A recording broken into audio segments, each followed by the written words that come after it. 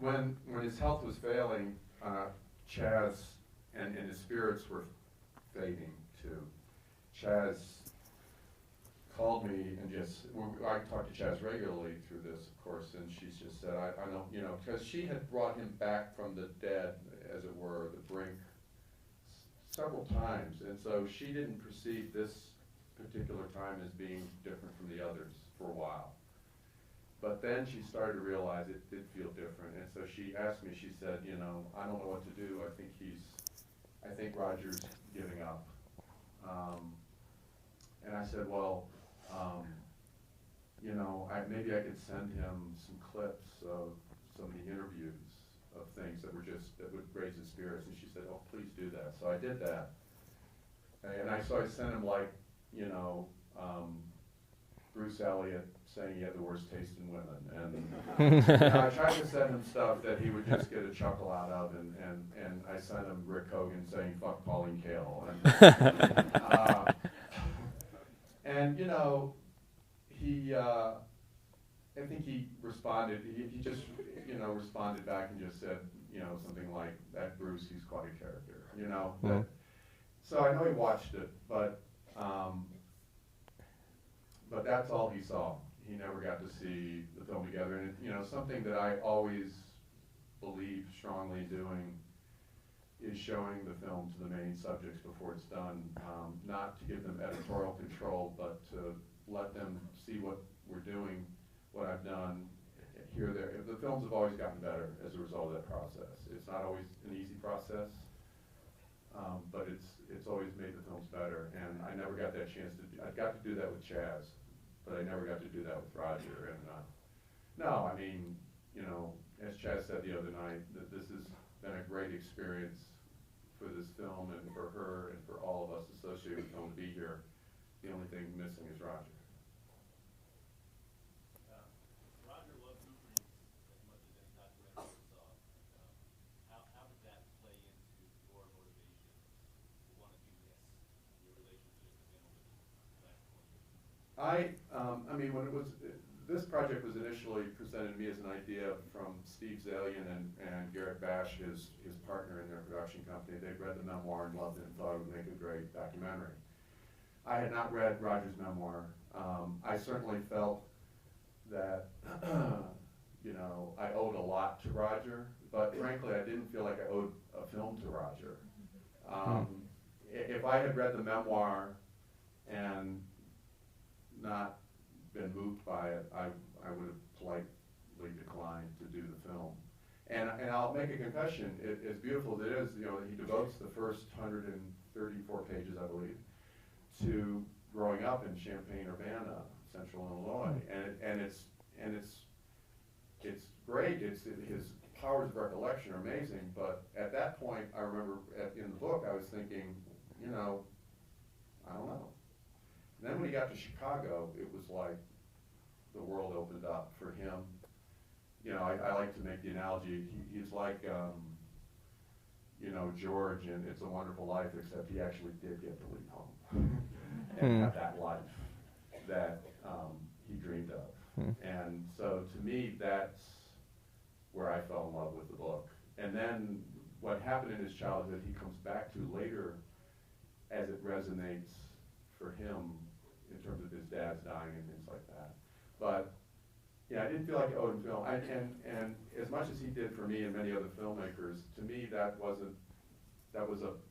one reason to do this film, but the biggest reason to do this film for me became, this is a guy that led an extraordinary life that included movies, but it wasn't just about movies. And in fact, that life informed the way he looked at movies. It informed his deep humanity, his ability to connect with people, whether they're in documentaries or feature films, and with all of us who love movies. Hi. Thanks so much for giving us this film that showed Roger, warts and all. That was just so entertaining and heartfelt. I wanted to know how you found the person who narrated his voice. Yeah. Because that just sounds so real.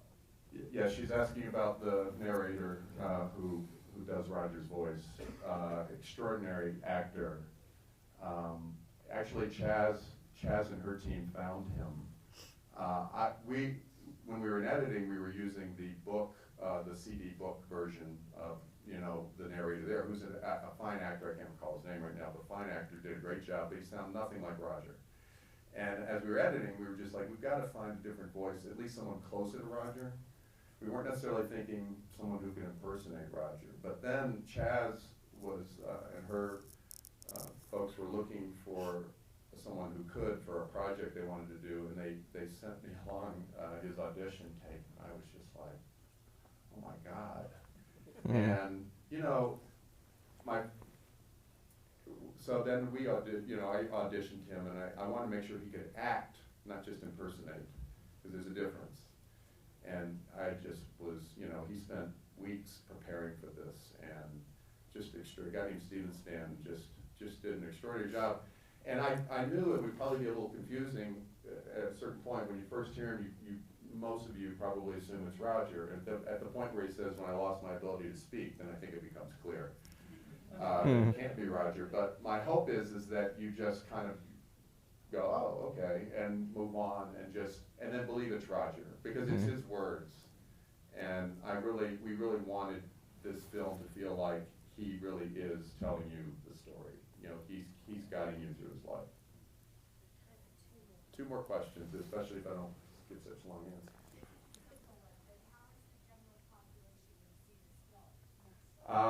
We will have theatrical distribution for the film. That's imminent. Yes, we're very excited about that. The hope is that this summer it will open theatrically, and then eventually it will air on CNN after that. CNN, I have to give a shout out to, because they got involved in this film from the get-go and were really instrumental in us being able to make the film. So they deserve a lot of credit. One last question, maybe that's back there. I was an undergraduate at the University of Illinois, and read those articles in the Daily Illini, and they affected me even before he became a president, because he really was a good writer, way back in the 60s. Yes, he was. Maybe one more question? I think Bill Nack, when from memory, he quotes the article is just extraordinary. He was down front. Did you interview Michael Apted by any chance? Did not interview Michael Apted. You didn't. Maybe one more question? Those are so short. Way in the back?